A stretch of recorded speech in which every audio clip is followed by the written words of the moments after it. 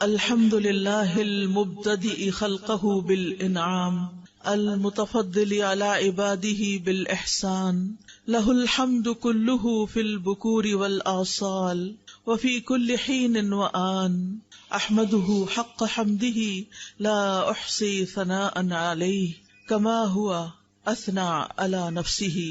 ہر قسم کی تعریف اللہ کے لیے ہے جو اپنی مخلوق پر پہل کرتے ہوئے انعام فرماتا ہے اور احسان کے ساتھ اپنے بندوں پر فضل فرماتا ہے.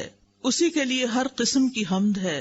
صبح اور شام اور ہر وقت اور ہر لمحے میں اس کی ایسی حمد بیان کرتی ہوں کہ جس سے حمد کا حق ادا ہو، اور میں اس تعریف کو شمار کرنے کی طاقت نہیں پاتی. اس کی وہی شان ہے جیسا کہ اس نے خود اپنی تعریف کی ہے. ہم انسان تو اس کی تعریف کرنے سے عاجز ہیں. ہم اس کو پہچاننے کا بھی پورا حق ادا نہیں کرتے تو تعریف کا حق کیسے ادا کر سکتے ہیں؟ تو ہم اللہ سبحانہ تعالیٰ سے دعا کرتے ہیں کہ وہ ہمیں توفیق دے کہ ہم اس کو جانیں، اس کو پہچانیں، اس پر ایسا ایمان لائیں جیسا ایمان لانے کا حق ہے، اور اس کی بات کو اور اس کی ذات کو ایسی اہمیت دیں جیسی اہمیت دینے کا وہ حقدار ہے. میری دعا ہے کہ اللہ سبحانہ تعالیٰ ہماری زندگیوں میں سب سے اہم ہمارے رب کی ذات کو کر دے. ہمارے دلوں میں سب سے زیادہ محبت اسی کی ہو، ہمارے دلوں میں سب سے زیادہ اسی کی ملاقات کا شوق ہو، ہم اس کی رحمتوں کو محسوس کریں، ہم کبھی اس سے مایوس نہ ہوں. اللہ سبحانہ تعالیٰ ہمیں آج کی اس مجلس سے بھرپور فائدہ اٹھانے کی توفیق عطا فرمائے. اللہ سبحانہ تعالیٰ ہمارا خالق ہے، وہی ہمارا مالک ہے، وہی ہمارا رازق ہے، اور وہی ہماری حفاظت فرمانے والا ہے. ہم تو اپنی حفاظت بھی خود نہیں کر سکتے. ماں کے پیٹ میں ہماری حفاظت کس نے کی؟ اللہ رب العزت نے. پیدائش کے وقت کتنے تنگ راستے سے نکالا، کس نے ہمیں زندہ سلامت باقی رکھا؟ اللہ نے. بچپن میں ماں ضرور خیال رکھتی ہے، لیکن اصل میں پالنے والا تو ہمارا رب ہی ہے، جس نے ہمارے لیے غذا کا اہتمام کیا، جس نے ہمیں کھانا پینا سکھایا، جس نے ہمیں بولنا سکھایا. الرحمن علم القرآن خلق الانسان علمہ البیان. اللہ نے انسان کو پیدا کیا اور اسی نے بولنا سکھایا. ہمارے اندر تو کوئی طاقت نہیں، ہم تو نہیں جانتے تھے نہ حروف کو نہ الفاظ کو. اسی نے ہمیں کان دیے، اسی نے ہمیں سنوایا، اسی نے ہمیں بلوایا، اسی نے ہمیں دکھایا، اسی نے ہمیں آنکھ اور کان اور دل دماغ اور سارے اعضاء دیے، جن کو ہم افسوس کے ساتھ یہ کہ اس کی فرما برداری کی بجائے اس کی نافرمانی میں استعمال کرنے لگتے ہیں. جن چیزوں کو دیکھنے سے وہ منع کرتا ہے ہم وہی دیکھنے لگتے ہیں، جن چیزوں کو سننے سے وہ منع کرتا ہے ہم وہی سننا شروع کر دیتے ہیں. لیکن اس کے باوجود وہ ہم پر اپنی رحمت فرماتا ہے، اور جو کچھ اس نے ہمیں دے رکھا ہے اس کو دیے رکھتا ہے، چاہے ہم اس کی مرضی کے مطابق استعمال کریں یا اس کی مرضی کے خلاف استعمال کریں. اللہ سبحانہ تعالیٰ سب کی حفاظت کرتا ہے، لیکن اپنے مقرب بندوں کی، اپنے پیارے بندوں کی خاص حفاظت کرتا ہے. اللہ سبحانہ تعالیٰ ہمیں اپنے خاص بندوں میں شامل کر لے. اللہ سبحانہ تعالیٰ ہمیں قرآن والوں میں شامل کر لے. اللہ سبحانہ تعالیٰ ہمیں السابقون الاولون میں شامل کر لے، جو نیکیوں کی طرف سب سے پہلے رغبت کرتے ہیں، جو نیکیوں کے کاموں میں جلدی کرتے ہیں. یسارعون فی الخیرات رغبا ورہبا.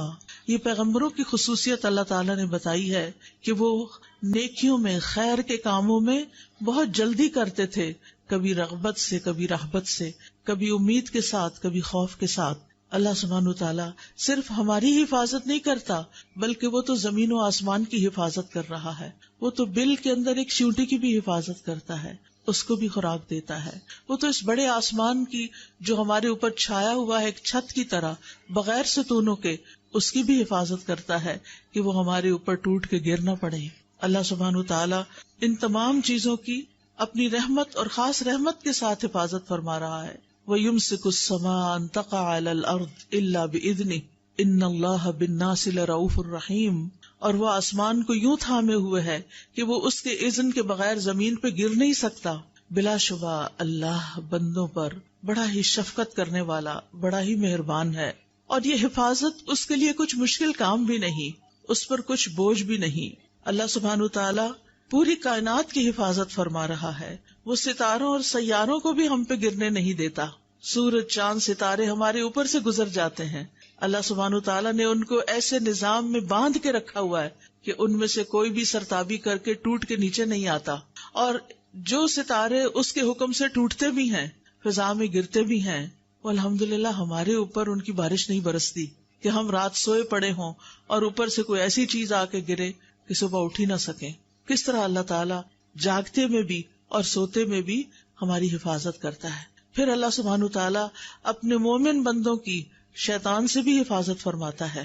شیطان جو ہمارا ازلی ابدی دشمن ہے، کس طرح اللہ سبحانہ تعالیٰ نے ہمیں اس سے بچا کے رکھا ہوا ہے. وہ ہمیں اللہ سے دور لے جانا چاہتا ہے اور ہم اللہ کی باتیں سننے کے لیے اس کو چھوڑ کر شوق در شوق ایسی محفلوں میں آ کے بیٹھ جاتے ہیں اور اپنی زندگیوں کو اس کی راہ میں وقف کرتے ہیں، اس کا دین سیکھتے ہیں. یہ اس کی مدد اور اس کی رحمت کے بغیر ہو ہی نہیں سکتا. لہٰذا اللہ اپنے خاص بندوں کو شیطان سے بچا کر ان کے دلوں میں ایمان پیدا کر دیتا ہے اور ایمان کی محبت پیدا کر دیتا ہے، ایمان کو ان کے دلوں میں سجا دیتا ہے. وَلَٰكِنْ حَبَّبَ إِلَيْكُمُ الْإِيمَانَ وَزَيَّنَهُ فِي قُلُوبِكُمْ. اللہ نے ایمان کو تمہارے دلوں میں محبوب بنا دیا اور اس نے ایمان کو تمہارے دلوں میں سجا دیا. شیطان تو کبھی یہ کام نہ کرنے دیتا. اگر اللہ سبحانہ تعالیٰ کی خاص رحمت نہ ہوتی، پھر اللہ سبحانہ تعالیٰ جہاں ہماری دنیا کی مصلحتوں کی حفاظت کرتا ہے، اللہ سبحانہ تعالیٰ ہمارے دین اور ایمان کی حفاظت بھی فرماتا ہے. گمراہ کرنے والی خواہشات اور گمراہ کرنے والے شبہات اور شکوک سے بھی اور شیطان کے وسوسوں سے بھی ہمیں بچاتا ہے. اللہ سبحانہ تعالیٰ کا خاص شکر ہے کہ اس نے ہماری عقل کی حفاظت کی ہے کہ ہم بات سمجھ پاتے ہیں. اس نے ہمارے صحت کی حفاظت کی ہے کہ ہم اپنے کام چل پھر کے کر سکتے ہیں. اس نے ہماری قوتوں کی حفاظت کی ہے کہ ہم دیکھ سکتے ہیں، سن سکتے ہیں، بول سکتے ہیں، ہم بہت سے کام کر سکتے ہیں، چیزیں اٹھا سکتے ہیں، رکھ سکتے ہیں.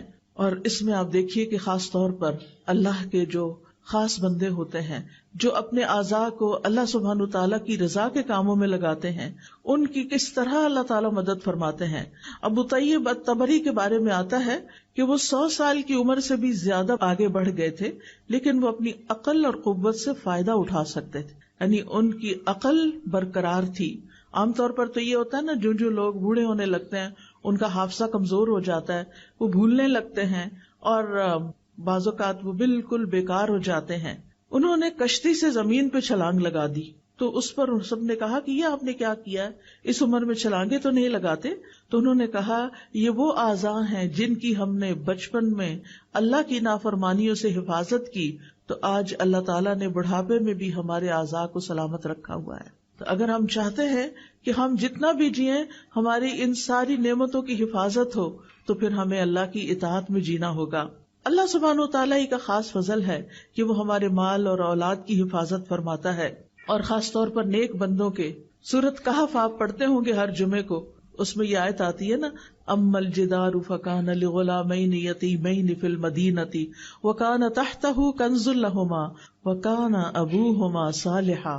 اور دیوار کی بات یہ ہے، وہ دیوار جیسے خضر علیہ السلام نے وہ گر چکی تھی تو اسے دوبارہ بنا دیا تھا، حالانکہ اس بستی والوں نے انہیں کھانا نہیں دیا تھا، پھر بھی انہوں نے وہ دیوار بنا دی ان کے لیے بغیر کسی قیمت کے. تو اس دیوار کا قصہ یہ تھا کہ وہ 2 یتیم لڑکوں کی تھی جو اس شہر میں رہتے تھے، اور اس دیوار کے نیچے ان کے لیے خزانہ مدفون تھا، اور ان کا باپ ایک نیک آدمی تھا. تو باپ کی نیکی کی وجہ سے اس کے فوت ہونے کے بعد اس کی اولاد کے خزانے کی وراثت کی حفاظت کی جا رہی ہے. لیکن آج ہم دیکھتے ہیں کہ جب مال حرام سے کمایا جاتا ہے اور حرام جگہوں پہ خرچ کیا جاتا ہے اور اولاد کو بھی حلال حرام کی تمیز نہیں سکھائی جاتی، تو پھر آپ نے دیکھا ہوگا، سنا تو ہوگا کہ کس طرح اولاد باپ کے مرنے کے بعد اپنے ہی باپ کی چھوڑی ہوئی وراثت پر لڑ لڑ کے مرتی ہے، اور کیسے کیسے جھگڑتی ہے، اور کیسے کیسے وہ آپس میں پھر ایک دوسرے کے گلے کاٹتے، اور بعض اوقات قتل و غارت تک نوبت آ جاتی ہے. لیکن اگر انسان اپنی زندگی کو اللہ کی اطاعت میں گزارتا ہے تو اس سے نہ صرف یہ کہ زندگی میں فائدہ ہوتا ہے، بلکہ مرنے کے بعد بھی اللہ تعالیٰ غائبانہ طریقے سے اولاد کی بھی حفاظت کرتا ہے اور مال کی بھی حفاظت کرتا ہے، اور اس کام کی بھی حفاظت کرتا ہے جو آپ اپنی زندگی میں کرتے ہیں. اس حفاظت کے لیے آج میں آپ کو ایک دعا سکھاؤں گی اور اس کا مطلب بھی بتاؤں گی، تاکہ ہم اس دعا کو اپنی زندگی میں شامل کریں اور اللہ تعالی ہماری قوتوں کی حفاظت فرمائے اور پھر یہ حفاظت ہمارے مرنے کے بعد بھی جاری رہے۔ میرے پیچھے کہیے، اللہم متعنی بسمعی وبصری واجعلہما الوارث منی وانصرنی علی من ظلمنی وخذ منہ بثأری۔ اے اللہ، تو مجھے میری سماعت اور میری بصارت سے مستفید ہونے کا موقع عطا فرما اور ان دونوں کو میرے لیے وارث بنا دے، اور مجھ پر ظلم کرنے والے کے خلاف میری مدد فرما اور تو اس سے میرا انتقام لے۔ صحابہ کی کثیر تعداد نے اس دعا کو روایت کیا ہے۔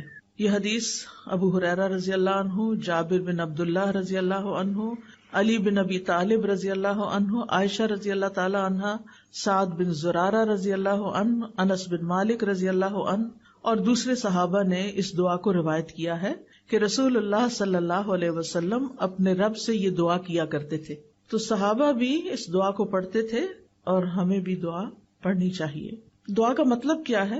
اللہم متعنی بسمعی و بصری۔ یہاں لفظ متع استعمال ہوا ہے۔ سم تو کان کو کہتے ہیں، بصر آنکھ کو کہتے ہیں۔ اللہم کا مطلب یا اللہ۔ تو نیا لفظ کیا ہے؟ متع۔ متع، متع یمتع تمتیع، متاع سے ہے۔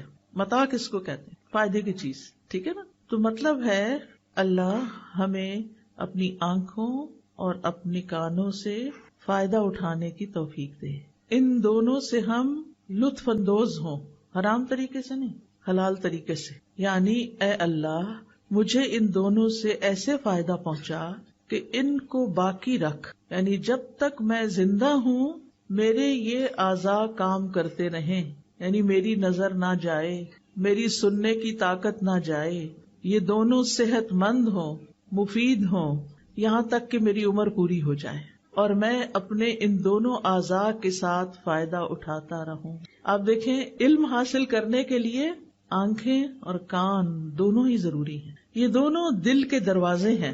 ہم آنکھوں سے دیکھتے ہیں، پڑھتے ہیں اور دل میں اتارتے ہیں، یا پھر کانوں سے سنتے ہیں اور دل میں اتارتے ہیں۔ دل میں علم جمع نہیں ہو سکتا جب تک کہ ہم اپنی آنکھوں اور کانوں کو استعمال نہ کریں۔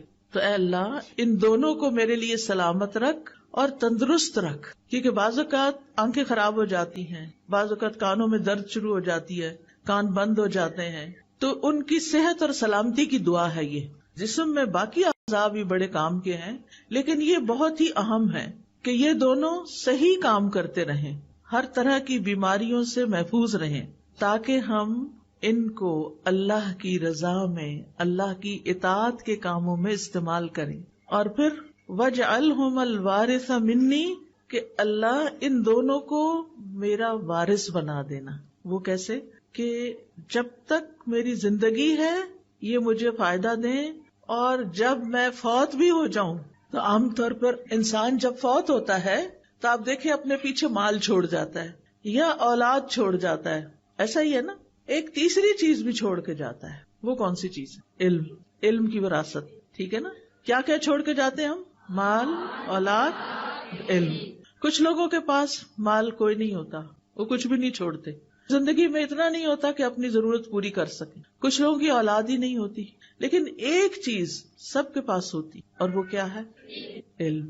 اب بہت سے لوگ مال کمانے کے پیچھے تو دن رات لگے رہتے ہیں، لیکن علم حاصل کرنے کے پیچھے وقت نہیں دیتے۔ ایسا ہی ہے نا؟ وہ کہتے ہیں ہمارے پاس وقت نہیں ہے، حالانکہ وقت ہوتا ہے۔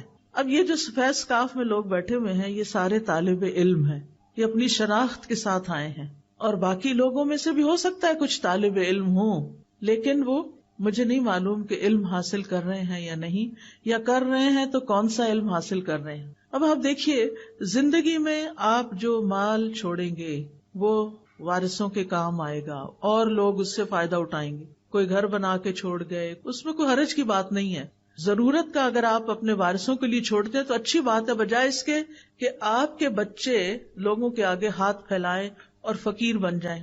دین نے منع نہیں کیا کہ آپ مال نہ چھوڑیں وراثت میں، لیکن صرف مال ہی چھوڑیں یہ ٹھیک نہیں۔ اسی طرح اولاد کو اگر آپ چھوڑتے ہیں اور آپ نے ان کی اسلامی تربیت نہیں کی، وہ آپ کے کسی فائدے کے نہیں آپ کے مرنے کے بعد، بلکہ اگر انہوں نے غلط کام کیے اور آپ کی غفلت کی وجہ سے کیے تو آپ کی پوچھ ہوگی، کیونکہ اللہ تعالیٰ کا حکم کیا ہے، یا ایھا الذین آمنوا قوا انفسکم واہلیکم نارا، اے لوگو جو ایمان لائے ہو اپنے آپ کو اور اپنے گھر والوں کو آگ سے بچاؤ۔ یعنی ان کو ایسی نصیحت، ایسی تعلیم، ایسی تاکید ضرور کریں کہ وہ ان کاموں کو نہ کریں جو آگ میں لے جانے والے ہیں۔ پھر آپ دیکھیے تیسری چیز جو آنکھوں اور کانوں سے حاصل ہوتی، اور وہ علم ہے۔ اگر وہ آپ نے حاصل کیا اور کسی کو سکھا گئے، کسی کو پڑھا گئے، کسی کو دے گئے، کوئی کتاب لکھی یا لوگوں کو ویسے تیار کیا، ان پر محنت کی، ان پر مال خرچ کیا کہ وہ پڑھ جائیں، کچھ بچوں کے لیے آپ نے جگہ بنا کے دی، کچھ کی فیس دی، کچھ کو کتابیں لے کر دی، اب یہ ساری چیزیں، یہ جو آپ کام کر رہے ہیں، یہ صدقہ جاریہ کا کام ہے، اپنے ہی مال کا ایک حصہ جو اولاد کے علاوہ آپ نے نیکی کے کام کے لیے چھوڑا۔ اور زندگی میں آپ نے اپنے آنکھوں اور کانوں کو استعمال کر کے جتنا بھی دین کا علم حاصل کیا، قرآن کا علم حاصل کیا، پھر آگے آپ نے اس کو سکھایا، پڑھایا، لوگوں پر محنت کی، وہ آپ کی وارث بنے گی، وہ لوگ آپ کے وارث ہوں گے۔ اور سلسلہ شروع کہاں سے ہوا تھا؟ آنکھوں اور کانوں سے۔ تو اس دعا میں ہم کیا مانگتے ہیں کہ اللہ ان دونوں کو میرا وارث بنا دے۔ مرنے کے ساتھ ہی آنکھیں تو بند ہو جاتی ہیں، کان بھی نہیں سنتے، تو پھر کیسے وارث بنیں گے؟ وراثت تو مرنے کے بعد ہوتی ہے نا، زندگی میں تو وراثت نہیں ہوتی۔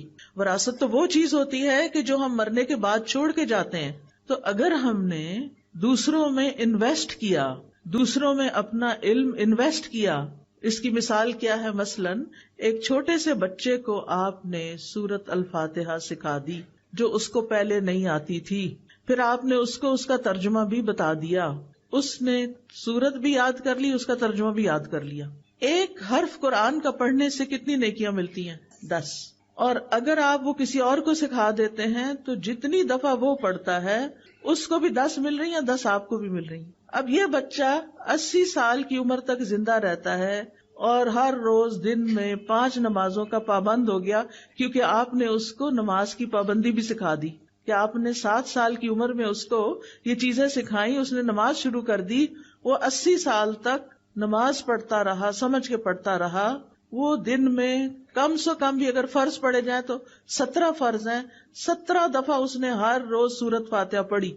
ایک دفعہ سورت فاتحہ کے حرف گن کے دیکھیں کتنے سارے ہیں، وہ سارے حرف ان کو 10 سے ملٹی پلائی کریں کہ ایک دفعہ سورت فاتحہ وہ بچہ پڑھتا ہے تو آپ کو کتنی نیکیاں مل جاتی ہیں۔ اور دن میں 17 دفعہ، اور پھر وہ 80 سال پڑھتا رہا۔ آپ اپنی قبر میں سوئے ہوئے ہیں، وہ بچہ آپ کے علم کا وارث بنا ہوا ہے، وہ اس کو استعمال کر رہا ہے، آپ نے اس پر احسان کیا تھا، اب وہ احسان واپس آپ کی طرف آ رہا ہے۔ ان احسنتم احسنتم لانفسکم۔ آپ دیکھیے ہم سب مسلمان ہیں، ہم سب کو سورۃ فاتحہ تو آتی ہے نا، قل هو اللہ احد تو آتی ہے نا۔ آپ دیکھیے کوئی گلی بازار ایسا نہیں مجھے دکھائی دیتا کہ جہاں بچے فارغ پھرتے نظر نہ آئے، کوئی دکانوں پہ بےچارے غریب بیٹھے ہوئے ہیں، کوئی گلی بازاروں میں پھر رہے ہیں، ان کو کوئی پوچھنے والا نہیں، ان کی ماؤں کے پاس بھی علم نہیں، ان کے لیے کوئی مدرسہ نہیں، ان کے لیے کوئی گھر نہیں، ان کے لیے کوئی استاد نہیں، جبکہ اتنے مسلمانوں کو نماز تو آتی ہے نا۔ اگر اور کچھ نہیں آپ کر سکتے تو کچھ بچوں کو نماز ہی سکھا دیں اور نماز کا ترجمہ ہی سکھا دیں، کتنی بڑی وراثت چھوڑ کے جائیں گے آپ۔ اور اگر آپ ان کو ناظرہ قرآن پڑھا دیں اور پھر جب ناظرہ ختم کر لیں تو ساتھ ترجمہ، لفظی ترجمہ سکھا دیں۔ ضروری نہیں کہ ہر بندہ پورا عالم بنے، وہ پورا تفہیم دین کورس کرے، ہر ایک کے لیے پاسبل نہیں ہوتا، لیکن قرآن کی تلاوت تو سب نے کرنی ہوتی ہے نا، روز اللہ کا کلام ہے۔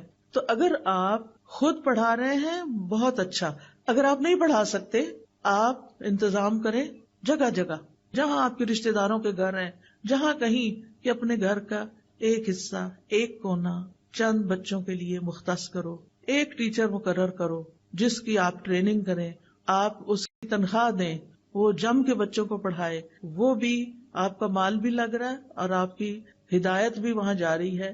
یہ بھی آپ کے وارث بن جائیں گے، کیونکہ آپ نے انتظام کیا، آپ نے محنت کی، آپ نے ان کو شوق دلایا، آپ نے مال خرچ کر کے ٹیچر مقرر کی. 1-2 گھنٹے کے لیے شام کے وقت میں جو بچے اسکولوں سے آ جاتے ہیں، اپنے بچوں کو بھی بٹھا لیں، گلی محلے ہمسائے کے بچوں کو بھی بلا کے بٹھا لیں، ایک ٹیچر کا انتظام کر دیں. آپ خود سوچئے کہ آپ نے کتنا بڑا نفع کمایا، کیا کچھ پا لیا.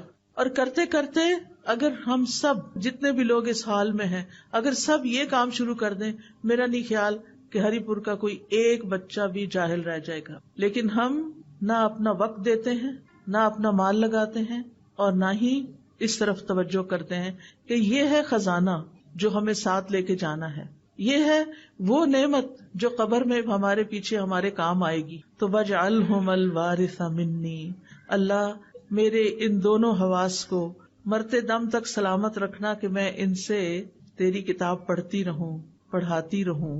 پھر اسی طرح وَانصُرْنِي عَلَىٰ مَن يَظْلِمُنِي، اور اے اللہ تو میری مدد فرما اس کے مقابلے میں جو مجھ پہ ناحق زیادتی کرے. کیونکہ بعض اوقات لوگ جن کے پاس تھوڑی سی بھی طاقت ہوتی ہے ہمیں کمزور سمجھ کر ہمارے اوپر ظلم کرتے ہیں. یہ مختلف طرح کے ظلم ہو سکتے ہیں. مختلف طرح کے کیا ظلم ہو سکتے ہیں کہ بعض لوگ آپ کو ایموشنلی بلیک میل کرتے ہیں اور آپ پہ ظلم کرتے ہیں، بعض آپ کا مال چھین لیتے ہیں، بعض آپ کی وراثت کا حصہ چھین لیتے ہیں، بعض لوگ آپ کے اوپر ناحق الزام لگاتے ہیں. آپ نے کوئی غلط کام کیا نہیں ہوتا اور وہ کیا کرتے ہیں، وہ آپ کے اوپر جھوٹے الزام لگا دیتے ہیں اور ہم کچھ بھی کر نہیں پاتے. ہم مظلوم، یا اللہ، پھر کس کو پکارتے ہیں؟ اللہ کو پکارتے ہیں، یا اللہ تو ہی ہے ہمارا، تو ہماری مدد فرما اور اس ظلم کے مقابلے میں تو میرا ساتھ دے. اس لیے یہ دعا بڑی ہی ضروری ہے. اور ظلم کی کئی قسمیں ہوتی ہیں، صرف مار دھاڑی ظلم نہیں ہوتا. کسی کو بلیک میل کرنا، کسی کے اوپر جھوٹے الزام لگانا، یہ ساری چیزیں ظلم میں آ جاتی ہیں. اور وَخُذْ مِنْهُ بِثَأْرِي، اللہ جو مجھ پر ظلم کر رہا ہے نا تو اس سے میرا بدلہ لے اور میرا حق مجھے دلا دے. کیونکہ بعض لوگ ظلم کر کے سمجھتے ہیں وہ صحیح کر رہے ہیں، ان کو یہ پتہ ہی نہیں ہوتا کہ ہم کسی کا حق مار رہے ہیں. تو وہ اللہ سبحانہ وتعالیٰ سے آپ دعا کریں کہ وہ آپ کو آپ کا حق دلائے، اور اللہ سبحانہ وتعالیٰ دلا سکتا ہے. اور پھر آپ دیکھیے کہ بعض اوقات یہ بھی ہوتا ہے کہ صرف لوگ ظالم نہیں ہوتے، ہم بھی ظالم بن جاتے ہیں. کسی ایک نے ہمارے خلاف کوئی بات کی ہوتی ہے، ہم ان کے پورے خاندان کو رگیت دیتے ہیں. اب وہ ظالم تو ہے، لیکن جو مظلوم تھا وہ ظالم بن چکا اور دوسروں کے اوپر الزام تراشی کر رہا ہے، سب کو بیچ میں رگید رہا ہے، فلاں بھی ہے، فلاں بھی، فلاں بھی. اور بعض اوقات ہم سوچے سمجھے بغیر ایسی باتیں کر رہے ہوتے ہیں. تو اس میں ہمیں ضرور خیال رکھنا چاہیے کہ یا اللہ سارے لوگ نہیں، جس نے مجھ پہ جو اصل کلپریٹ ہے بس میں صرف اسی کے خلاف تیری مدد چاہتی ہوں، مجھے دوسرے لوگوں سے کوئی شکایت نہیں. کیونکہ بعض اوقات کسی کا بیٹا ہو سکتا ہے، کسی کا باپ ہو سکتا ہے، تو اگر بیٹا ظالم ہے تو باپ کا تو قصور نہیں، وہ تو روکتا ہے لیکن وہ ظلم سے باز نہیں آتا. کسی کی بیوی ہو سکتی. اب مثال کے طور پر آپ دیکھیں، ہمیں ہر طرح کے ظلم سے بچنے کی کوشش کرنی چاہیے. بعض اوقات کچھ مائیں اپنے بچوں پہ ظلم کر رہی ہوتی ہیں، بلا وجہ مار کے، بلا وجہ چیخ چلا کے، اور ہم سمجھتے ہیں یہ ہمارے بچے ہیں نا، ہم جو چاہیں کریں. نہیں، ہم جو چاہیں نہیں کر سکتے، اس کا بھی حساب لیا جائے گا. حدیث میں آتا ہے فَالْمَرْأَةُ رَاعِيَةٌ فِي بَيْتِ زَوْجِهَا وَمَسْئُولَةٌ عَنْهَا، عورت اپنے شوہر کے گھر میں نگران ہے اور اس سے اس کے بارے میں سوال کیا جائے گا، اس سے پوچھا جائے گا کہ اس نے یہ کام اپنی ذمہ داری کیسے ادا کی. تو اس لیے ہمیں اپنے بچوں کے ساتھ بھی ظلم نہیں کرنا.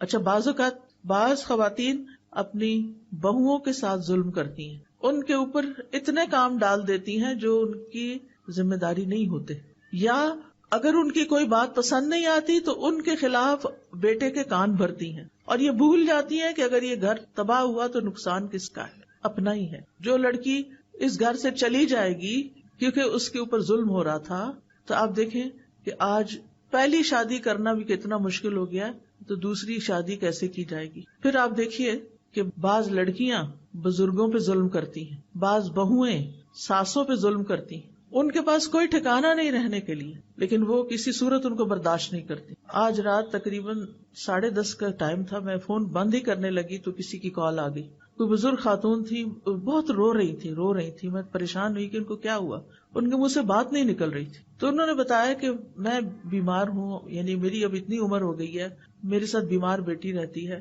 کوئی بیٹا ساتھ رہنے کو تیار نہیں، میں کدھر جاؤں؟ خیر میں نے ان کو تسلی دی، آپ اپنے گھر میں رہیں، آپ کو کہیں نہیں جانا، اللہ آپ کے ساتھ ہے، اللہ آپ کی مدد کرے گا۔ ٹھیک ہے، میں سمجھتی ہوں کہ بعض اوقات بزرگ چھوٹی چھوٹی باتوں میں ناراض ہو جاتے ہیں، انٹرفیئر کرتے ہیں، گھروں کا ماحول خراب ہوتا ہے، لیکن پھر بھی یہ تو کہیں نہیں نا کہ ان کو چھوڑ کے انسان کہیں اور چلا جائے، ان کو تنہا چھوڑ دے، اور وہ عمر کے اس حصے میں ہو کہ انہیں فائنینشیل سپورٹ نہ بھی چاہیے ہو تو مورل سپورٹ چاہیے ہوتی ہے۔ بزرگوں کو سب سے زیادہ جو چیز تکلیف دیتی ہے وہ تنہائی ہے۔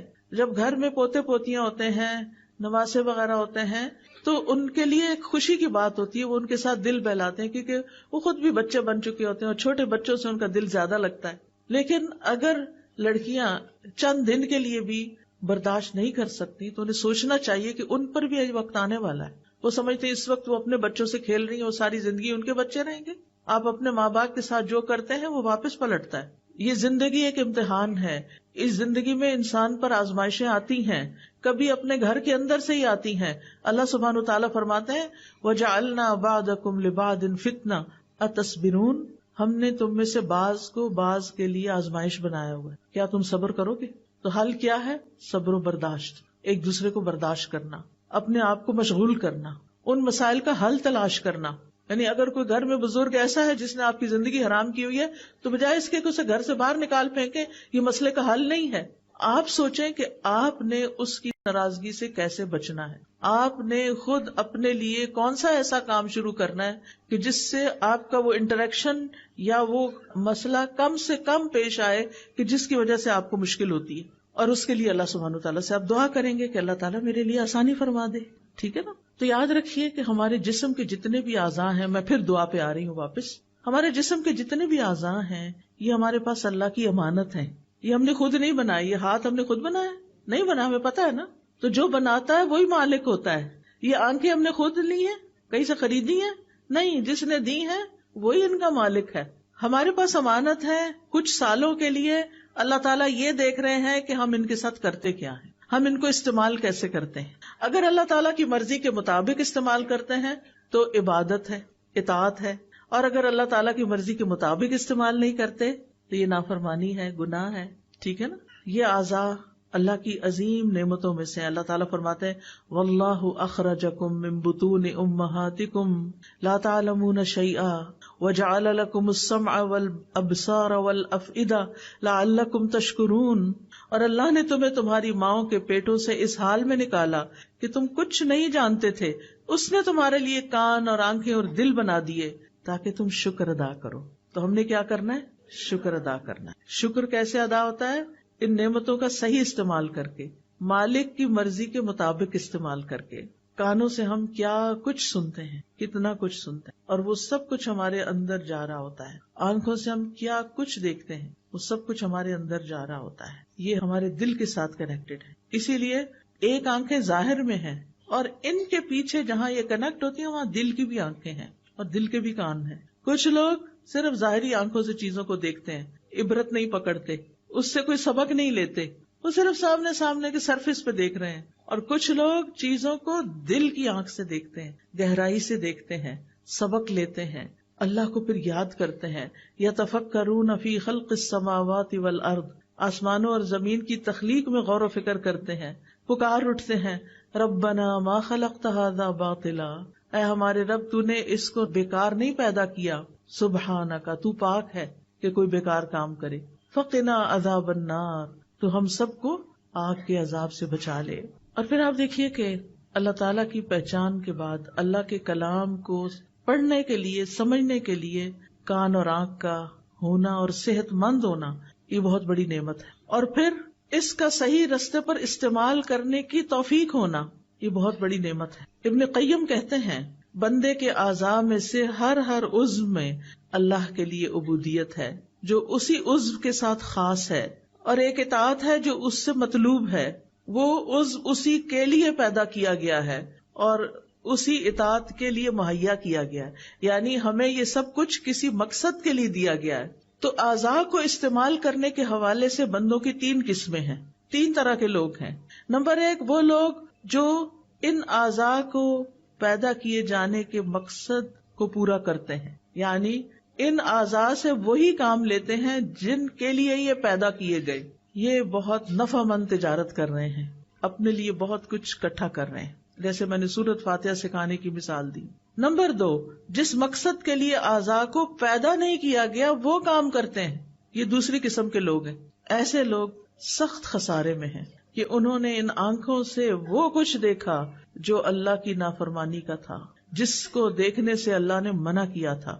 آج آپ دیکھیں کتنے ہی لوگ ہیں کہ موبائل فون کے فتنے کی وجہ سے ننگی فلمیں، گندی فلمیں، جھوٹی باتیں، فضول ڈرامے اور پتہ نہیں کیا کچھ دیکھتے رہتے ہیں. یہ آنکھوں کا غلط استعمال ہے، کانوں کا غلط استعمال ہے. اس پر پوچھا جائے گا، اس پر پکڑ ہوگی، اس کام سے توبہ کرنی چاہیے. تیسرے وہ لوگ ہیں جو ان اعضاء کو بیکار چھوڑ دینے والے ہیں، کچھ نہیں کرتے، نہ کوئی اچھا کام نہ کوئی برا کام، بس سو کے وقت گزار دیتے ہیں، کھا پی کے بس وقت گزار دیتے ہیں، نہ غور و فکر کرتے ہیں، نہ کچھ پڑھتے ہیں، نہ کچھ سنتے ہیں. انہیں قرآن کی تلاوت کی توفیق نہیں، انہیں قرآن سننے کی توفیق نہیں، انہیں کہیں جا کر علم حاصل کرنے کی توفیق نہیں، کسی کو سکھانے کی توفیق نہیں. ایسے لوگ اپنا نقصان کر رہے ہیں. آج جو آپ لوگ یہاں میرے سامنے بیٹھے ہیں، میں بعض چہرے ایسے دیکھ رہی ہوں کہ جس میں ماشاء اللہ بالکل بزرگ خواتین ہیں.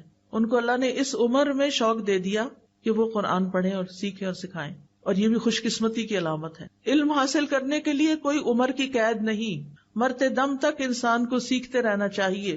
اور اگر بھول بھی جاتا ہے، نہیں سمجھ آتا، آپ اس مجلس میں بیٹھے رہتے ہیں، کچھ تو حاصل ہوتا ہے نا، کیونکہ ایسی مجالس میں بیٹھنے والوں کی بھی بخشش کر دی جاتی. تو پہلی قسم کا جو شخص ہے اس کا ہر کام عبادت ہے، کیونکہ وہ جس چیز کو دیکھتا ہے عبرت کی نگاہ سے دیکھتا ہے، کچھ سبق لیتا ہے اور اللہ کو یاد کرتا ہے.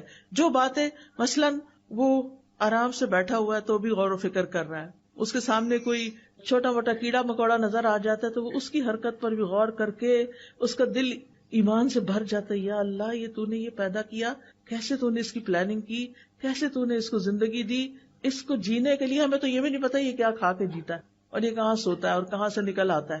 وہ ہر چیز کو دیکھ کر ایک سبق لے رہے ہوتے ہیں.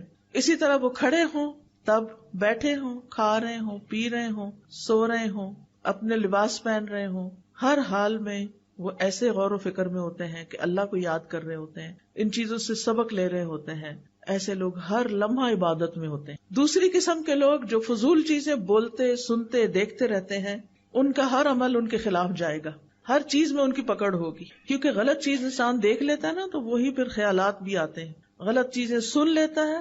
اب جو اگر میوزک کا اچانک بھی آپ نے کہیں گاڑی میں سفر کر رہے تھے انہوں نے لگا دیا، سن لیا، گھر آ کے وہی منہ سے نکلتا جاتا ہے. اور کچھ لوگ تو مرتے دم تک صرف پھر گانے ہی گا رہے ہوتے ہیں. وہ میں نے پڑھا تھا کہیں آرٹیکل، کسی ڈاکٹر کا تھا، اس کے سامنے کئی مریض فوت ہوئے.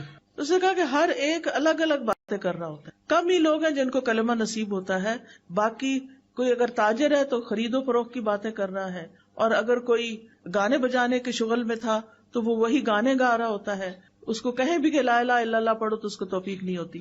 تو جو کام ہم زندگی میں کرتے رہتے ہیں نا، موت کے وقت بھی انہی کی فکر لگے گی، وہی کر رہے ہوں گے. فون پہ جو باتیں کر رہے ہوتے ہیں نا ہر وقت، یہ سن رہے ہوتے ہیں، یا جو میسجز کر رہے ہوتے ہیں، اور جن چیزوں میں ہماری دلچسپی زیادہ ہوتی ہے، سوتے جاگتے اٹھتے، کچھ لوگ تو رات کو بھی فون آف نہیں کرتے، رات کو بھی اٹھ کے دیکھتے رہتے ہیں کیا میسج آیا ہے. نتیجہ کیا ہوگا کہ جب زندگی کی آخر ہوگی نا، کچھ لوگ تو بیماری میں بھی میوزک سن رہے ہوتے ہیں. بزرگ لوگ ہیں زندگی کے آخری حصے میں آ گئے، صبح سویرے اٹھ کے ٹی وی لگا لیتے ہیں اور بیٹھ جاتے ہیں. ناشتہ بھی ٹی وی کے آگے ہو رہا ہے، کھانا بھی ٹی وی کے آگے، فضول چیزیں دیکھے جا رہے ہیں. اپنی زندگی ضائع کریں، بند کریں، ان چیزوں کو بند کریں، اللہ کی طرف رجوع کریں، توبہ کریں، ذکر کریں، کچھ علم حاصل کریں، کوئی اچھی باتیں سنیں، کوئی اچھی باتیں کسی کو سکھائیں.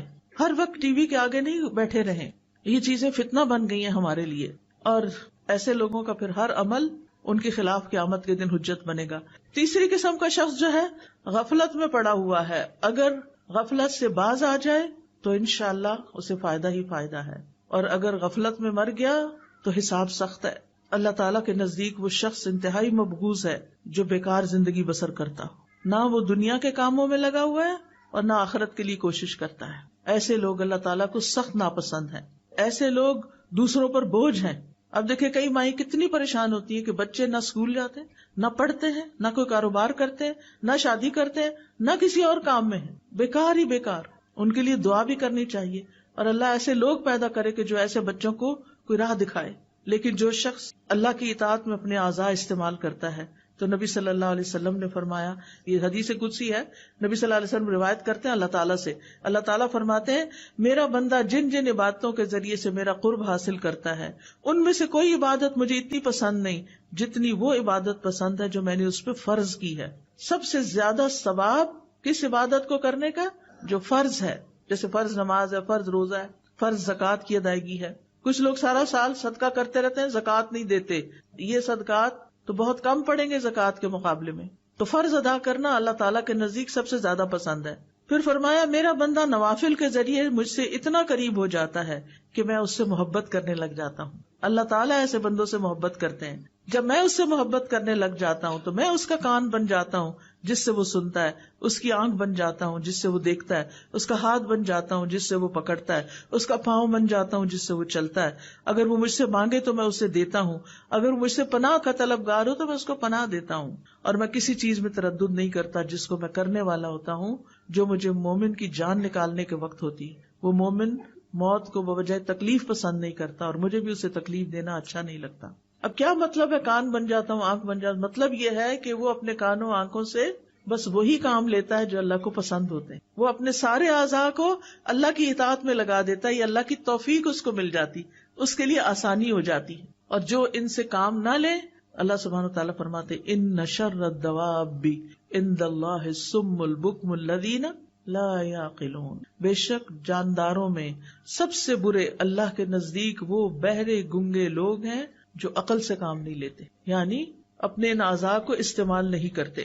ایسے لوگ اندھیروں میں ہیں، گمراہ ہیں، غافل ہیں. اب ہمیں کرنا کیا چاہیے؟ سب سے پہلے تو یہ کہ ان کانوں سے اللہ کے احکامات سننے چاہیے. اللہ تعالیٰ کیا فرما رہے ہیں؟ اللہ تعالیٰ فرماتے ہیں واتقوا اللہ واسمعوا، اللہ سے ڈرو اور سنو. سنو اللہ تعالیٰ کیا فرما رہا ہے. واسمعوا واطیعوا، سنو اور اطاعت کرو.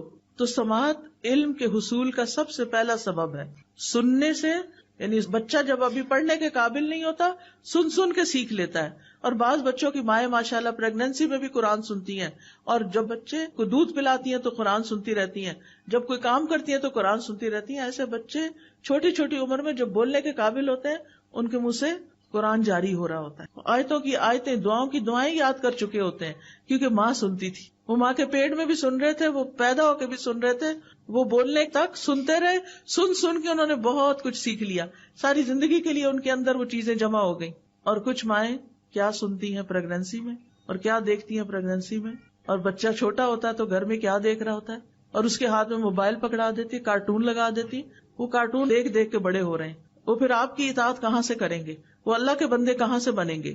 سفیان ابن عیینہ کہتے ہیں علم کی ابتدا غور سے سننے سے ہوتی ہے، پھر خاموش ہو کر سننا، پھر اس کو یاد کرنا، پھر اس پر عمل کرنا، پھر اس کو آگے پہنچانا. کیونکہ جب تک سنیں گے نہیں اس وقت تک سیکھیں گے نہیں، اور اگر سیکھیں گے نہیں تو ہدایت کہاں سے ملے گی. اور یہ بھی یاد رکھیے اللہ جس میں خیر دیکھتا ہے اس کو سنوا دیتا ہے، اور پھر جو سنتے نہیں یا سنی انسنی کر دیتے ہیں تو پھر وہ اپنے آپ پر خود ظلم کرتے ہیں. دوسرے یہ کہ کچھ لوگ ایسی چیزیں سنتے ہیں جو حرام ہیں، لغو ہیں، موسیقی ہے جیسے، اور لہو و لعب کی چیزیں ہیں، یا پھر غیبت، جھوٹ، چغلی، فضول باتیں، لغو باتیں. تو یہ اللہ کی نافرمانی کے کام ہے. تیسرے ایسے ہیں جنہوں نے وہ باتیں سنی جو کام کی تھی، اور کبھی ایسی بھی سن لی کہ جو لغو تھی. جو ہی وہ لغو سنتے ہیں تو وہاں سے اعراض برتتے ہیں. وَإِذَا سَمِعُوا اللَّغْوَ أَعْرَضُوا عَنْهُ، یہ عباد الرحمان کی صفات ہیں کہ بیہودہ باتیں انہیں پسند نہیں، فضول باتوں میں ان کا دل نہیں لگتا، اور اس میں وہ اپنا وقت ضائع نہیں کرتے. ہم سب کو بھی سوچنا چاہیے کچھ بھی بولنے سے پہلے، منہ کھولنے سے پہلے اس بات کی کتنی ضرورت ہے کرنے کی، اور اگر نہیں تو فالتو میں باتیں نہیں کرتے جانا چاہیے. کچھ لوگ تو کسی وقت چپ بیٹھتے ہی نہیں، نہ وہ غور و فکر کرتے ہیں، نہ وہ ذکر کرتے ہیں، وہ صرف باتیں باتیں باتیں. بہت زیادہ بولنا بھی ایک آفت ہے. بولیں اس وقت جب آپ کے بولنے کی کوئی قیمت ہو، ہر وقت نہیں باتیں کریں. پھر آپ دیکھیے کچھ چیزوں کو سننا عبادت ہے، جیسے قرآن کی تلاوت سننا، کوئی علم کی چیز سننا، کوئی اچھا لیکچر سننا. نبی صلی اللہ علیہ وسلم بعض اوقات صحابہ کو کہتے تھے کہ وہ قرآن کی تلاوت کریں اور آپ سنیں، اور آپ سنتے تھے. آپ کو سننا پسند تھا. ان کا طریقہ یہ ہوتا تھا کہ وہ کسی جماعت میں بیٹھتے تو حلقہ بنا لیتے، ایک پڑھتا اور باقی سب سنتے، پھر دوسرا پڑھتا سنتے. اس طرح دور ہوتا ہے. مثلاً آپ نے تجوید بھی سیکھ لی، قرآن پڑھ لیا، سب کچھ، آپ حلقہ ایک بنا کے اپنا اپنا سب پڑھ سکتے ہیں. اگر ایک ٹیچر بیچ میں ہو تو وہ کریکشن بھی کر سکتی ہے. عبداللہ بن مسعود کہتے ہیں مجھ سے نبی صلی اللہ علیہ وسلم نے فرمایا مجھے قرآن پڑھ کر سناؤ.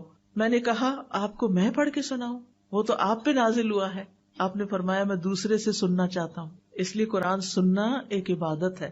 آپ بھی ضرور سنا کریں، کچھ وقت نکالا کریں کہ آپ تلاوت سنیں اور خاموشی سے سنیں. وَإِذَا قُرِئَ الْقُرْآنُ فَاسْتَمِعُوا لَهُ وَأَنصِتُوا لَعَلَّكُمْ تُرْحَمُونَ. جب قرآن پڑھا جائے تو اسے کان لگا کے سنو اور چپ رہو تاکہ تم پہ رحم کیا جائے. تو قرآن سننے سے اللہ کی رحمت آتی ہے. پھر کانوں سے وہ چیزیں نہ سنیں جو حرام ہیں، جیسے غیبت، چغلی. اگر کوئی کر رہا ہو تو اس کو روکیں. یعنی غیبت کرنے والا تو مجرم ہے ہی، سن کے ہاں میں ہاں ملانے والا بھی برابر کا شریک ہے. اس لیے اگر کوئی کر رہا ہو تو دلچسپی نہ لیں اور ادھر ادھر بات کو ختم کرنے کی کوشش کریں. پھر اسی طرح اگر کوئی دین کا مذاق اڑا رہا ہو اس مجلس سے اٹھ جائیں، وہاں نہ بیٹھیں. پھر اسی طرح تجسس نہ کریں، کان لگا کے دوسروں کی باتیں نہ سنیں. کانوں کے زنا سے بھی بچیں، اور کانوں کا زنا فحش باتیں سننا ہے. فحش گفتگو کرنے سے بچیں تاکہ آپ بولیں اور آپ کے کان سنیں، یہ بھی غلط ہے. پھر اسی طرح لغو باتیں نہ سنیں، جھوٹ نہ سنیں. اسی طرح آنکھوں کا صحیح استعمال کریں، کائنات میں غور و فکر کریں، عبرت حاصل کریں، اچھی کتابیں پڑھیں، قرآن کی تفاسیر پڑھیں، احادیث پڑھیں. ابن تیمیہ کہتے ہیں اللہ سبحانہ وتعالیٰ نے اپنی کتاب میں آنکھوں کو جھکا کر رکھنے کا حکم دیا ہے. اس کی 2 اقسام ہیں. پہلی، پردے کے لائق مقام کو دیکھنے سے نظر جھکانا، یعنی عورتوں کو نہیں دیکھنا چاہیے. دوسری، شہوت کے مقام کو دیکھنے سے نظر جھکانا، یعنی کسی کی شرمگاہ کو نہیں دیکھنا چاہیے. آنکھ کا بھی حساب ہوگا کہ کہاں کہاں کیا دیکھتے رہے. لہٰذا ایسی تصویریں بھی نہ دیکھیں کہ جو ننگی ہوں، جس میں دوسروں کی عورت نظر آ رہی ہو. حرام چیزوں کی طرف نہ دیکھیں، فحش ویڈیو، فحش تصاویر.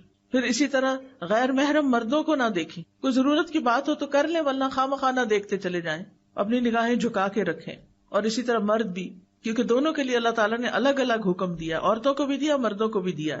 آنکھ کی حفاظت کرنے والے کے لیے جنت کا وعدہ بھی ہے، اور جو شخص حرام سے اپنی آنکھیں بچا کے رکھتا ہے اللہ اس کی عبادت میں لذت پیدا کر دیتا ہے. آنکھوں کو اللہ کے راستے میں جگائیں بھی، بہت زیادہ سوتے نہ رہیں. کچھ لوگ رات کو بھی سوتے پھر دن کو اٹھتے پھر دوبارہ دن کو بھی سوتے ہیں. اپنی نیند کو کم کریں. پھر اللہ کے ڈر سے روئیں بھی. قرآن کو دیکھ کر پڑھیں چاہے آپ کو حفظ ہو. نبی صلی اللہ علیہ وسلم نے فرمایا جو آدمی چاہتا ہے کہ اسے اللہ اور اس کے رسول سے محبت ہو، اسے قرآن مجید کی تلاوت مصحف دیکھ کے کرنی چاہیے. بعض اوقات ہم موبائل پہ ہی پڑھ لیتے ہیں سفر وغیرہ میں، لیکن افضل یہی ہے کہ ہم قرآن مجید سے ہی پڑھیں، اس کو دیکھ کے پڑھیں. پھر اسی طرح غور و فکر کرتے ہوئے اپنے کام پہ نظر رکھیں، ادھر ادھر نہ دیکھیں وہ کیا کر رہا ہے وہ کیا کر رہا ہے. بعض لوگ لیکچر میں آتے ہیں، ذرا سا کوئی اٹھا ہلا جلا سب سننا چھوڑ کے، دیکھنا چھوڑ کے ادھر دیکھنا شروع ہو جاتے ہیں اور پیچھے پیچھے ان کے چلتے جاتے ہیں. کیا حاصل، کیا کمایا آپ نے؟ ایک بندہ ہے دیر سے آیا ہے، اب وہ جگہ دیکھ رہا ہے اپنی، تو ساتھ آپ اس کو جگہ ڈھونڈ کے دے رہے ہیں. آپ اپنی جگہ پہ بیٹھ کے کیا کریں گے اس کے لیے اگر آپ توجہ اپنی ادھر لگائے ہوئے ہیں. پھر اسی طرح دعا کا جو ایک آخری حصہ ہے وہ ظالم کے خلاف اللہ سے مدد چاہنا ہے. انسان کی زندگی میں کچھ بھی مشکلات آئیں، سب سے پہلے اللہ پہ توکل کریں. میرا یہ مسئلہ اللہ حل کرے گا، اللہ پر بھروسہ کریں. وَمَن يَتَوَكَّلْ عَلَى اللَّهِ فَهُوَ حَسْبُهُ. جو اللہ پہ بھروسہ کر لیتا ہے اللہ تعالیٰ اس کے لیے کافی ہو جاتا ہے. یہ کہا کر اللہ تو میرے لیے کافی ہے ان سب کے مقابلے میں. حسبی اللہ ونعم الوکیل، نعم المولا ونعم النصیر. اور یہ یقین رکھیں اللہ کے اذن کے بغیر کوئی مخلوق آپ کو نقصان نہیں دے سکتی، کوئی آپ کا کچھ نہیں بگاڑ سکتا. لوگوں کی اذیتوں کے مقابلے پر اللہ کی مدد لیں، اللہ کا سہارا لیں. مخلوق کے شر سے صرف اللہ ہی بچا سکتا ہے. یعقوب علیہ السلام اور ان کے محبوب لاڈلے بیٹے یوسف علیہ السلام کے درمیان ایک عرصے تک جدائی ہو گئی تھی، مشکل آئی تھی، آزمائش آئی تھی، لیکن انہوں نے کیا کہا تھا؟ فاللہ خیر حافظا وہو ارحم الراحمین. ان کو نہیں پتا تھا بیٹا کہاں ہے. بعض علماء کہتے ہیں یوسف علیہ السلام 40 سال تک گم رہے، لیکن اللہ نے ان کو ان کے باپ کی طرف واپس لوٹایا جو یہ کہا کرتے تھے فاللہ خیر حافظا وہو ارحم الراحمین. جب آپ کو بھی اپنی اولاد کے بارے میں فکر ہو، آپ انہیں رخصت کر رہے ہیں، ظاہر ساری زندگی اولاد کو ساتھ تو نہیں رکھ سکتے، کوئی باہر کے ملک چلے جاتے ہیں، کوئی کہیں اور جا رہے، تو آپ کے دل میں وسوسے آتے ہیں کہ پتہ نہیں کیا بنے گا، پتہ نہیں کیسا ماحول ہوگا، کہیں ان کا ایمان نہ چلا جائے. تو یہ دعا پڑھا کریں اللہ خیر حافظا وہو ارحم الراحمین. ابراہیم علیہ السلام کی حفاظت کس نے کی تھی؟ اللہ نے. آگ سے بچا لیا تھا. موسیٰ علیہ السلام کی حفاظت پانی میں کس نے کی تھی؟ اللہ نے. سلیمان علیہ السلام کی حفاظت کس نے کی تھی؟ اللہ نے. جنوں سے ان کو بچایا تھا. عیسیٰ علیہ السلام کی حفاظت کس نے کی تھی کہ ان کو ان کے دشمنوں سے بچا کے آسمان پہ اٹھا لیا تھا؟ اللہ نے. اللہ اپنے بندوں کی غیبی مدد کے ذریعے حفاظت کرتا ہے. رسول اللہ صلی اللہ علیہ وسلم کی غار ثور میں حفاظت کس نے کی تھی؟ اللہ نے. لہٰذا جب آپ دعا مانگے، آپ کو خوف ہو، خطرہ ہو دشمنوں سے، تو آپ یہ کہا کرنا اللہ جیسے آپ نے ابراہیم علیہ السلام کی حفاظت کی، جیسے آپ نے باقی ایک ایک کا نام لے کے جو میں نے ابھی آپ کو ذکر کی، اللہ میرے بچوں کی بھی ایسے ہی حفاظت فرما. اللہ سبحانہ تعالیٰ نے ہر بندے کی حفاظت کا ذمہ لیا ہوا ہے. مجاہد کہتے ہیں ہر انسان پر ایک فرشتہ مقرر ہے جو نیند کی حالت میں اور جاگتے ہوئے اس کی جنات، انسانوں اور کیڑے مکوڑوں سے حفاظت کرتا ہے. اور خاص طور پر اگر آپ رات کو آیت الکرسی پڑھ کے سوتے ہیں، آمن الرسول آخر تک پڑھ کے سوتے ہیں، تو آپ کے لیے فرشتے مقرر کر دیے جاتے ہیں جو آپ کی حفاظت کرتے ہیں. کعب احبار کہتے ہیں اگر اللہ تعالیٰ تم پر فرشتے مقرر نہ کرتا جو تمہارے کھانے، تمہارے پینے، تمہارے پردے کی چیزوں میں تمہارا دفاع نہ کرتے تو جن تمہیں اچک کے لے جاتے. لیکن یہ اللہ ہی حفاظت کرتا ہے اور فرشتوں کے ذریعے کرتا ہے. تو اب دعا کر لیتے ہیں اللہ سبحانہ وتعالی ہماری حفاظت فرمائے. سبحان اللہ والحمد للہ ولا الہ الا اللہ واللہ اکبر ولا حول ولا قوة الا باللہ العلی العظیم. اللہم صل علی محمد وعلی آل محمد کما صلیت علی ابراہیم وعلی آل ابراہیم انک حمید مجید. اللہم بارک علی محمد وعلی آل محمد کما بارکت علی ابراہیم وعلی آل ابراہیم انک حمید مجید. اللہم اصلح لی سمعی وبصری واجعلہما الوارثین منی وانصرنی علی من ظلمنی وارنی منہ ثأری. اے اللہ میری سماعت اور میری بصارت کی اصلاح کر دے اور ان دونوں کو میرا وارث بنا دے. جو مجھ پہ ظلم کرے اس کے خلاف میری مدد فرما اور مجھے اس سے انتقام لے کر دکھا. اللہم اقسم لنا من خشیتک ما تحول به بیننا وبین معصیتک ومن طاعتک ما تبلغنا به جنتک ومن اليقین ما تهون به علینا مصیبات الدنیا ومتعنا باسماعنا وابصارنا وقوتنا ما احییتنا واجعلہ الوارث منا واجعل ثأرنا علی من ظلمنا وانصرنا علی من عادانا ولا تجعل مصیبتنا فی دیننا ولا تجعل الدنیا اکبر ہمنا ولا مبلغ علمنا ولا تسلط علینا من لا یرحمنا. اے اللہ ہم میں اپنا خوف اتنا تقسیم کر دے کہ ہمارے اور ہمارے گناہوں کے درمیان حائل ہو جائے، اور اپنی فرما برداری ہم میں اتنی تقسیم کر دے کہ وہ ہمیں تیری جنت تک پہنچا دے، اور اتنا یقین کہ ہم پر دنیا کی مصیبتیں آسان ہو جائیں. اور جب تک ہم زندہ ہیں ہمیں ہماری سماعت، ہماری بصارت، ہماری قوت سے فائدہ اٹھانے کی توفیق دے اور اسے ہمارا وارث بنا دے، اور ہمارا انتقام اسی تک محدود کر دے جو ہم پر ظلم کرے، اور جو ہم سے دشمنی رکھے اس کے مقابلے میں ہماری مدد فرما، اور ہمارے دین میں ہم پر مصیبت نازل نہ فرما، اور دنیا کو ہوئی ہمارا اصل اور بڑا غم نہ بنا، اور نہ دنیا کو ہمارے علم کی انتہا بنا، اور ہم پر کسی ایسے شخص کو مسلط نہ کر جو ہم پر رحم نہ کرے. اللہم اجعل فی قلبی نورا وفی لسانی نورا واجعل فی سمعی نورا واجعل فی بصری نورا واجعل من خلفی نورا ومن امامی نورا واجعل من فوقی نورا ومن تحتی نورا. اللہم اعطنی نورا. اللہم انی اعوذ بک من شر سمعی ومن شر بصری ومن شر لسانی ومن شر قلبی ومن شر منی. اے اللہ میں تیری پناہ چاہتا ہوں اپنے کان کی برائی سے، اپنی آنکھ کی برائی سے، اپنی زبان کی برائی سے، اپنے دل کی برائی سے، اور اپنے مادہ منویہ کی برائی سے. یا اللہ ہمیں ہمارے نفس کے شر سے بچا لینا. اللہ ہمیں سماعت اور بصارت کے زائل ہو جانے سے بچا لینا. اللہم انی اعوذ بک من السمم والبکم والجنون والجذام والبرص وسیء الاسقام. اے اللہ میں تیری پناہ مانگتا ہوں بہرے پن سے، گنگے پن سے، پاگل پن سے، کوڑھ سے، برس سے اور تمام بری بیماریوں سے. یا اللہ ان تمام بیماریوں اور ہر طرح کی بیماریوں سے ہمیں بچا کے رکھنا. اللہم انی اعوذ بک من الفقر والقلۃ والذلۃ واعوذ بک من ان اظلم او اظلم. اے اللہ میں فقر و فاقہ، قلت اور ذلت سے تیری پناہ میں آتا ہوں، اور اس بات سے تیری پناہ میں آتا ہوں کہ میں کسی پہ ظلم کروں یا کوئی مجھ پہ ظلم کرے. اللہم انت عضدی و نصیری بک احول و بک اصول و بک اقاتل. اے اللہ تو ہی میرا دست بازو ہے، اے اللہ تو ہی میرا مددگار ہے. میں تیری مدد سے چلتا پھرتا ہوں، تیری مدد سے حملہ کرتا ہوں اور تیرے ہی بھروسے پر میں لڑتا ہوں. یا حی یا قیوم برحمتک نستغیث. اللہم انا نجعلک فی نحورہم ونعوذ بک من شرورہم. اے اللہ ہم تجھے ان کے بالمقابل کرتے ہیں جو ہم پر ظلم کرتے ہیں، اور ان کے شر سے تیری پناہ مانگتے ہیں. رب اعنی ولا تعن علی وانصرنی ولا تنصر علی وامکر لی ولا تمکر علی واہدنی ویسر ہدای الی وانصرنی علی من بغی علی. اللہم اجعلنی لک شکارا لک ذکارا لک رہابا لک مطواعا الیک مخبتا اواہا منیبا.